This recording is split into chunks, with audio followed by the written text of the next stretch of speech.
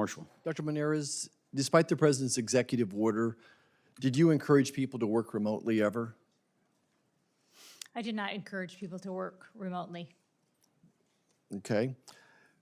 There were allegations that you took some of the political appointees and you basically took them out of your orbit, out of your office area. Did you reassign office location, desk location for the political appointees? So I do want to go back to your first question. After the shooting, I allowed staff to work remotely. Okay, you can give us the details of that later. The second question, did you push political appointees out of your main office area, reassign the political appointees seating? I brought some political appointees in. I had, My question is, did you move some out? so there's a limited number of offices in my Did you, I guess a yes or no, did you move political appointees out of your main orbit? and I brought other political appointees in. Okay, you can give us the details of that later. Do you believe every child over the age of 6 months should have a COVID vaccine at least annually? I believe that is a discussion that a parent needs to have with their pediatrician. And if it is right for that child, based on the risk, then that child should have the opportunity to get the vaccine. If there's reports come out that show that indeed the COVID vaccination led to the death of children, would that influence your advice? Certainly would want to know about that. Okay, the CDC currently recommends between 70 and 80 shots over the child's lifetime. Do you fully support that recommendation that every child needs every vaccine as recommended by the CDC? The data associated with those recommendations has been validated and vetted. That is the current schedule. So you agree that you support every child needs every vaccine that's on the CDC recommendations, all 70 to 80 jabs? The childhood vaccine schedule has been vetted and validated through science and evidence. The almost 20 different diseases that are mitigated through those vaccines are very important. I think that every parent should have the opportunity to talk to their pediatrician and make sure that they understand the benefits and the risks of those vaccines and what is in the best interest of their children. Do you believe any or all of those should be mandated?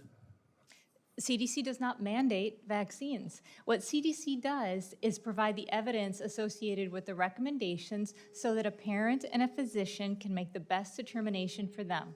When you were considering this job as CDC director, was there ever any doubt in your mind that you could fulfill the mission to work with Secretary Kennedy? There wasn't. I have worked for political appointees and politicians for almost 20 years.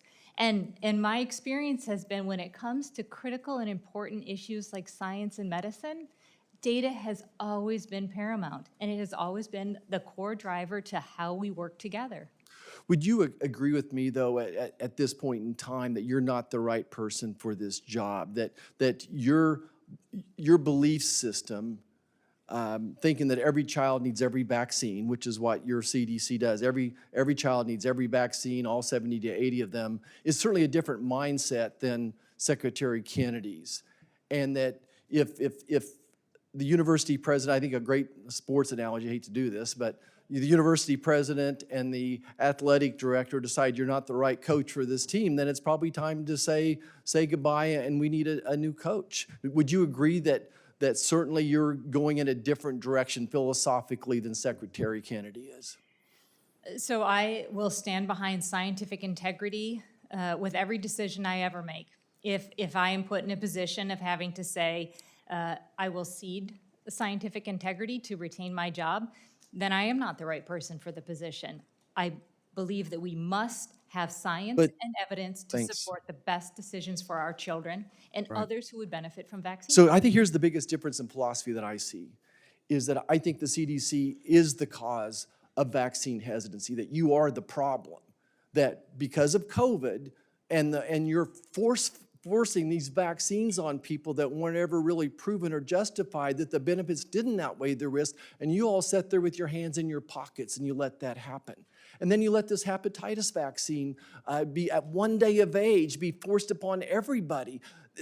And all of a sudden, the moms and the grandmas never trust you because you're trying to force a vaccine that's not necessary at day one. If you're going into nursing school, medical school, absolutely, you should consider that hepatitis vaccine. But basically what the CDC does is act like a mandate. And you force doctors that don't agree with you to kick patients out of their clinics because they don't want their child to be exposed to a vaccine that was approved after just like 140 patients took it, being followed up for 5 days. It just makes no sense to me that every person needs every vaccine. But regardless, some of the vaccines have done incredible work. They are a miracle. They've done a great job. The basic vaccines that we got in the 60s and 70s, polio, MMR, DTaP, those seem to be great vaccines that have told the test of time. But your attitude here that every person needs every vaccine is completely contrary to Secretary Kennedy's philosophy and the mission of the president. Thank you.